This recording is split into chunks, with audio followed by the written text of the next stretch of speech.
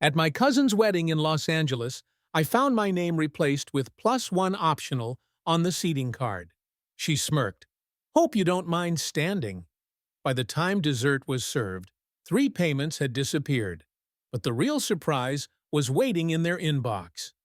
I should have known something was off the moment I walked into the reception hall, and the girl at the check-in table squinted at the list. Last name? She asked. Wallen. Anthony Wallen, I said, already reaching for the card. She scanned the sheet, then paused, visibly uncomfortable. Ah, you're listed as, +1 optional. She flipped the card toward me like she hoped I wouldn't see it properly. But I did. Name, +1 optional. Table, standing. I blinked. Excuse me? And then I heard it. That voice, sharp, fake sweet, and unmistakably Gina. Oh, don't be dramatic, Clara. My cousin, the bride, appeared behind me, all glitter and condescension. You never do interviews with a chaperone, so I think standing is fine. There's always a bar there. She walked off laughing before I could respond, her overpriced heels clicking like punctuation on a punchline. I just stood there for a second. I actually thought, maybe I deserve this.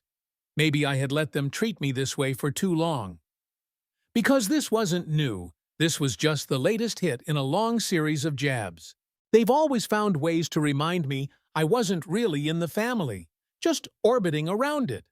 Useful, but disposable. Like when Clara borrowed money for her bridal shower and promised to pay me back after the wedding. Or when her brother Dante asked if I could spot him for his flight and tux. Or when I realized I was still paying for the family Spotify account because we didn't want to lose the playlists. And like a fool, I always said yes. I was the reliable one, the stable one, the one who never made a fuss. But tonight? Tonight, they made a mistake. They humiliated the wrong person. I took a slow breath, walked over to the bar, and ordered the most expensive scotch they had. Neat! The bartender poured it without comment, but he saw the card in my hand. Standing? He asked, lips twitching. Apparently, I said flatly. I sipped. Then I pulled out my phone and opened my banking app. 3 recurring payments were still active. $850 to Clara. Wedding expenses. $300 to Dante. Tux and travel. $70 for the family entertainment bundle. One by one, I tapped, cancel, cancel, cancel. Then I opened my email and attached the receipts they'd forgotten about, the ones that proved the money wasn't spent on what they said it was. 1 attachment for each. A quiet digital truth bomb. And as the cake was brought out and Clara basked in the applause, I hit send. To Clara, I murmured under my breath, raising my glass toward her from across the room. May your Marge be more real than your wedding budget. She didn't hear me, but I swear at that exact moment, 3 phones lit up, and not one of them was mine. You've always been the quiet one, Anthony. The background cousin. That's why you're easy to forget. Clara had once said that to me at a family barbecue. She laughed when she said it, like it was a compliment. But it stayed with me. Growing up, I wasn't flashy like her. I didn't host birthday parties with pony rides or get my face plastered across the family newsletter when I graduated college. I didn't beg for money, I made it. Worked my way through school, built my freelance consulting business from the ground up, and never asked anyone for anything. They loved that, because it meant I was useful. I didn't fully realize it until I looked back and saw the pattern, how every single family event came with some kind of financial favor attached. Clara's engagement dinner? I covered the wine bill because the caterer forgot it. Dante's bachelor party? They forgot to book a hotel. I booked 4 rooms. Christmas last year? The whole family forgot I'd already paid for half the Airbnb and asked me to Venmo again. I did. Because at the time, I still believed that being generous would eventually earn me a seat at the table. But no Dante how much I gave. I was always the extra. The +1 optional. It wasn't until 6 months before the wedding that I started to wake up. It started small, a phone call from Clara at 9:37 p.m. on a Tuesday. "Hey, I hate to ask, but I'm short $850 for the florist deposit. I already promised them. You'll get it back after the wedding, obviously." It wasn't a question. It was a transaction she'd already assumed would go through. Like I was her overdraft protection. I transferred the money before I could stop myself. 2 weeks later, Dante texted me. "Yo, man, any chance you could help me out with the tux? I lost my wallet in Vegas and my credit's shot. $300 gone. No thank you, no follow-up." Then, a month later, I saw a post on Clara's Instagram. "Final fitting for my Vera Wang gown. Worth every penny." Every penny. That was when the nausea hit. I scrolled through her profile, seeing photos of brunches, spas, designer bags, $19 smoothies. My money had paid for those things. Not florist deposits, not emergencies. Luxury, indulgence, lies. I should have cut it off then. But I didn't. I told myself it wasn't worth the fight, that I was being petty, that helping family was what you do. But the thing about being exploited, you only notice how deep it goes when it's too late. The week of the wedding, I got a group text. "Hey guys, quick update, seating chart is tight. Some people may need to float. Casual vibes, we're all family." Casual float, right? Except when I arrived at the venue and saw that +1 optional card, I realized I was the only one without a seat. Even Dante's ex had a seat. And when I looked at Clara, all done up in white lace and fake humility, and she smirked at me across the reception with that "hope you don't mind standing" nonsense, that was when something inside me snapped. They didn't forget me. They erased me. Not because they didn't care, but because I was inconvenient. Because I no longer served a purpose in their performance of a perfect life.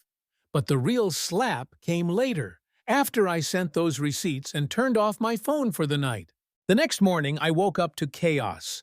My inbox had exploded. Subject, urgent. "What?" I asked. Subject, "I'm done with you." Subject, "Are you insane?" From Clara. From Dante. From her planner. Apparently, the files I'd sent were flagged by the venue's finance team, the same team now refusing to process Clara's pending wedding reimbursements due to suspicious external contributions. She had filed them under gifted sponsorships. But my receipts showed direct payment, not donation. Translation: fraud. Suddenly, her tax write-off dream turned into a full-blown audit risk. Dante's borrowed tux fund? I'd attached the receipt to his gambling app, History. A neat little overlap. The Spotify plan? That was petty. I just changed the password to GFINDIORIT123. But the cherry on top? Grandma. Sweet, sharp-tongued, razor-eyed grandma who never said much but always knew everything. She forwarded me the family email thread Clara had accidentally CC'd her on. And that thread? Oh, it was gold. "Anthony's a beta. I'm not worried. He always caves. He'll probably Venmo more if we guilt trip him. He's the responsible one. If he makes noise at the wedding, just smile and cut his mic." I didn't know what hurt more, being called a beta, or realizing they had rehearsed how to silence me. But that was fine, because now I wasn't going to make noise, I was going to make a crater. "You're a selfish, bitter child," Clara screamed. I smiled calmly, opened the projector, and said, "Then let's talk about receipts." The family dinner was scheduled for Sunday at 7:00 p.m. Subject line: in the group chat, "Emergency family gathering. Anthony needs to explain himself." Oh, I'd explain. Just not the way they were expecting. I arrived right on time, not early, not late, with a laptop bag over my shoulder and my expression locked in a neutral. The house was already full. Clara, of course, was holding court on the couch like a queen waiting to announce an execution. My parents sat on either side of her. Dante leaned against the counter, arms crossed, glaring like I'd just insulted his haircut. I didn't sit. I walked in, set the laptop on the coffee table, and began connecting it to the living room TV. No one spoke. They were too stunned to figure out what I was doing. "What is this?" Clara asked, her voice laced with venom. "You brought slides to your trial?" "Something like that," I said. "Just figured we should all see the same truth before we start yelling." Slide 1. Wedding expenses. Reality versus claims $850 for the florist? Not quite. I pulled up the bank statement, the transfer straight to Clara. Next to it, a photo from her own Instagram. Same day, same amount, holding a brand new Gucci purse. Caption: "A little bridal self-care." Dante cursed under his breath. Slide 2. Dante's missing tux. Deposit that $100 emergency? Also false. I zoomed in on a DraftKings statement, $300 deposited into his gambling app that same night.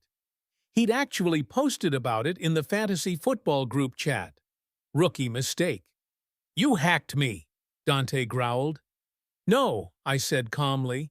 "You sent it to the wrong thread, remember? That one where you call me ATM Anthony?" Dead silence. Slide 3. Family subscriptions. Log devices. Netflix, Spotify, iCloud. All 5 slots filled with family leeches. Clara's profile? Queen R. Her last played song? "Thank you." Next. Dante's history? Mostly gym playlists and podcasts about crypto scams. And the final slide? A screenshot of the family group chat.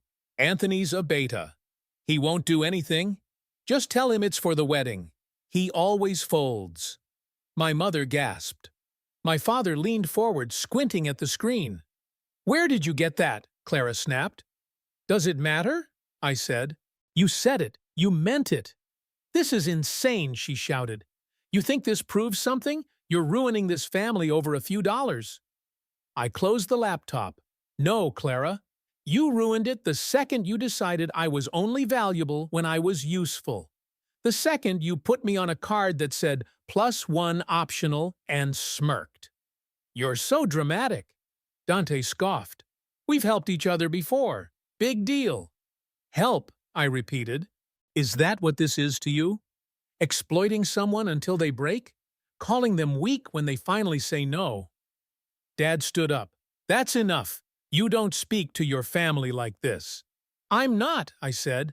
"I'm speaking to the people who turned me into a backup wallet with a heartbeat." "You've lost it," Clara said, voice rising. "You think just because you have money now, you can punish us? You're acting childish and resentful, Anthony." I smiled. "No, I'm a man with receipts. And speaking of receipts," I pulled out my phone. "Clara, I CC'd your venue's accountant and your tax consultant on that email I sent.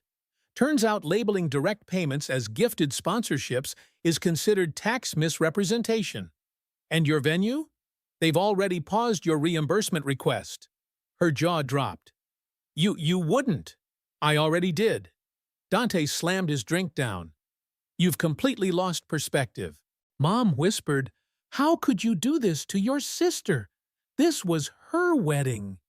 "Exactly," I said. "A wedding built on lies and favors you never planned to repay." My dad glared at me. "You're not welcome in this family anymore." I met his gaze, cool and steady.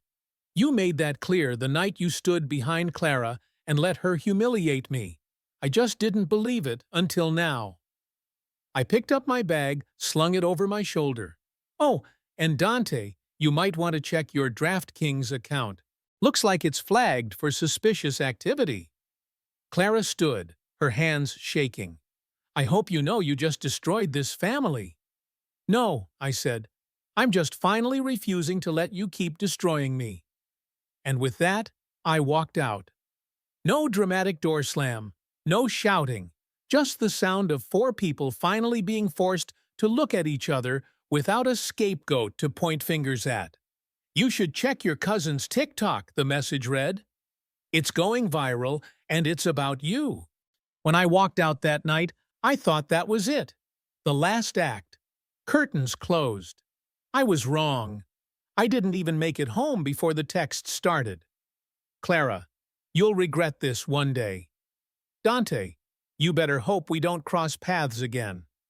Mom, please come back. We didn't mean it like that. I ignored all of them.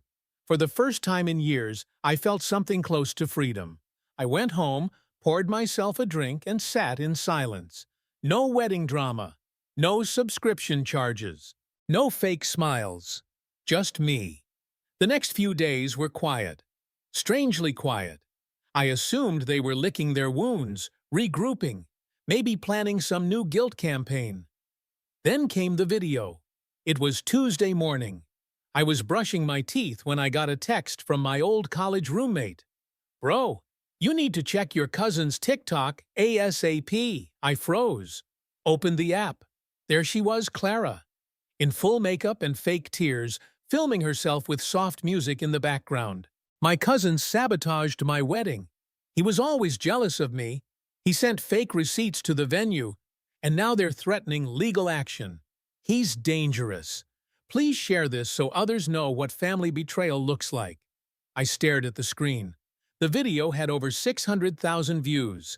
The comments were insane. He's a narcissist.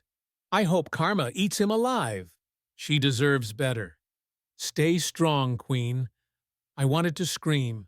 Instead, I scrolled down. And that's when I saw it. A kid Claren left too had commented, "She cheated. I have the proof. Don't believe a word she says." My blood turned cold. Brian, her husband. I clicked the profile. It was real. And his next video? Even more shocking. Hi, I'm Clara's husband, or was until last week. I've seen the messages. I know who she really is, and she's lying to you. He posted screenshots texts Clara had sent to friends, bragging about how she'd play victim if Anthony tried anything. He showed the hotel bill with charges for 2 spa packages during the bachelorette weekend she claimed she couldn't afford. He even uploaded a voicemail, Clara's voice saying, "Once Anthony's out, Grandma's inheritance is mine." And then he dropped the bomb.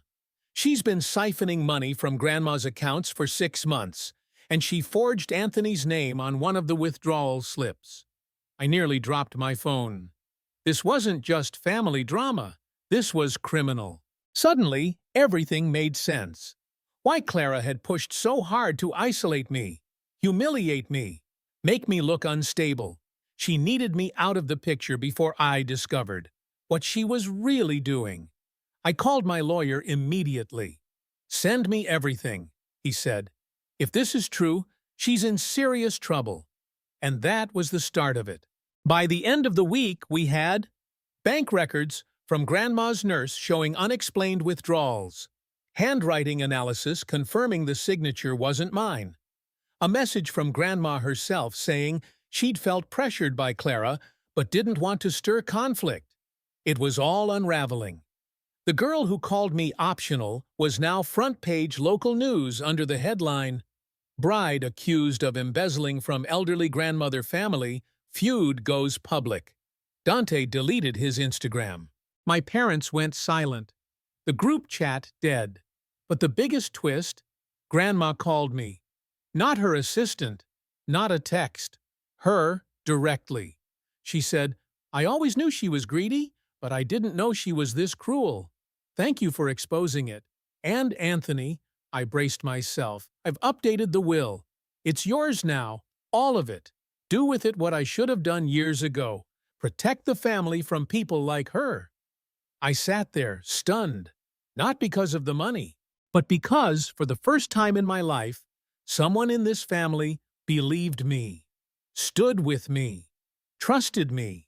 It's strange how silence feels when you've spent your life surrounded by noise, the chaos of constant demands, the guilt trips disguised as family tradition, the whispers behind your back that you hear just loud enough to know they were meant for you.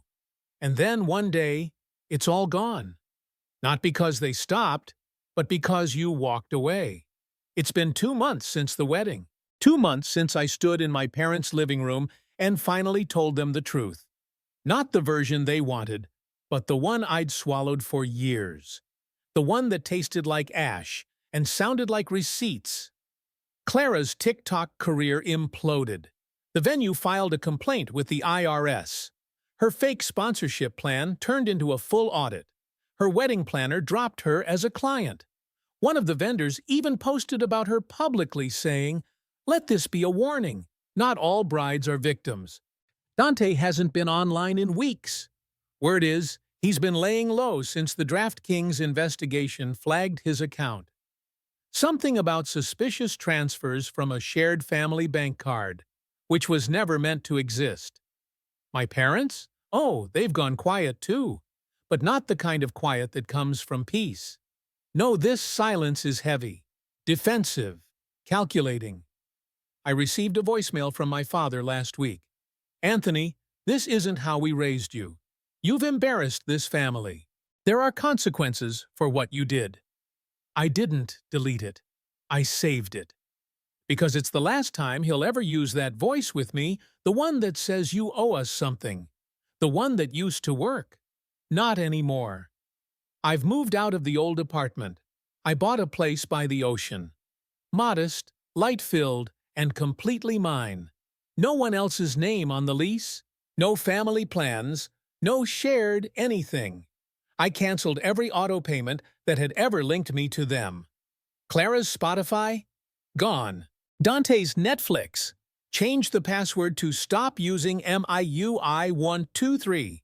My dad's Amazon Prime? I called customer service and removed my card with the satisfaction of a man cutting the last rope on a sinking ship. And then, something unexpected happened. People started reaching out, but not the ones I thought would. It wasn't Clara or Dante begging for forgiveness. It wasn't my parents suddenly seeing the light. It was people I barely remembered. People on the edges of family functions. Distant cousins. High school friends. Even Brian, Clara's now ex-husband. He messaged me the day after filing for divorce. "Just wanted to say thank you. You were the only one who ever told the truth. She lied to me for 2 years. Your receipts gave me the courage to walk away." He attached a photo, the signed divorce papers. Underneath it, another message. She's trying to rebuild her image, but nobody's listening anymore. Later that week, I got an unexpected letter in the mail. Handwritten. Soft cursive I hadn't seen in years. Grandma. "Anthony, I want you to know I always saw you. They tried to drown you in noise, but you never stopped being the only one who listened when it mattered most. I changed the will. It's yours now. Do with it what I couldn't. Use it to build something better. Something real." I stared at the letter for a long time. Not because of the money. Though I won't lie, the security it brings is life-changing. But because of the sentence, "I always saw you." It shattered something in me. And it healed something too. Because for years, I lived like a ghost in my own family. Quiet. Convenient. Unimportant. The guy who paid. Who smiled politely. Who was never in the photos, but somehow always holding the camera. And now, I don't hold anything for anyone who wouldn't do the same for me. Last weekend, I went for a walk along the beach near my new place. Just me. A coffee. And the ocean. No buzzing phone. No demands. Just peace. I didn't get revenge. I just finally chose to put myself first. A woman passing by with her dog looked at me, smiled, and said, "You look like someone who just got out of a long battle." I laughed.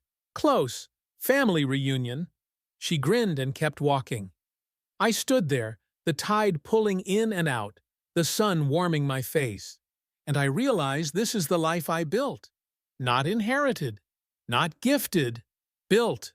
And maybe I'll share it one day with someone who doesn't see me as optional. But for now, I'm good. Because I used to believe that family was sacred, untouchable, that no matter what, I have to stay with them. Now I know better. Family isn't who shares your blood. Family is who claps when you say, "I'm done." They call me bitter, petty, overdramatic. Let them. Because when they reach out again, and they will, they'll hear one thing: this number is no longer in service.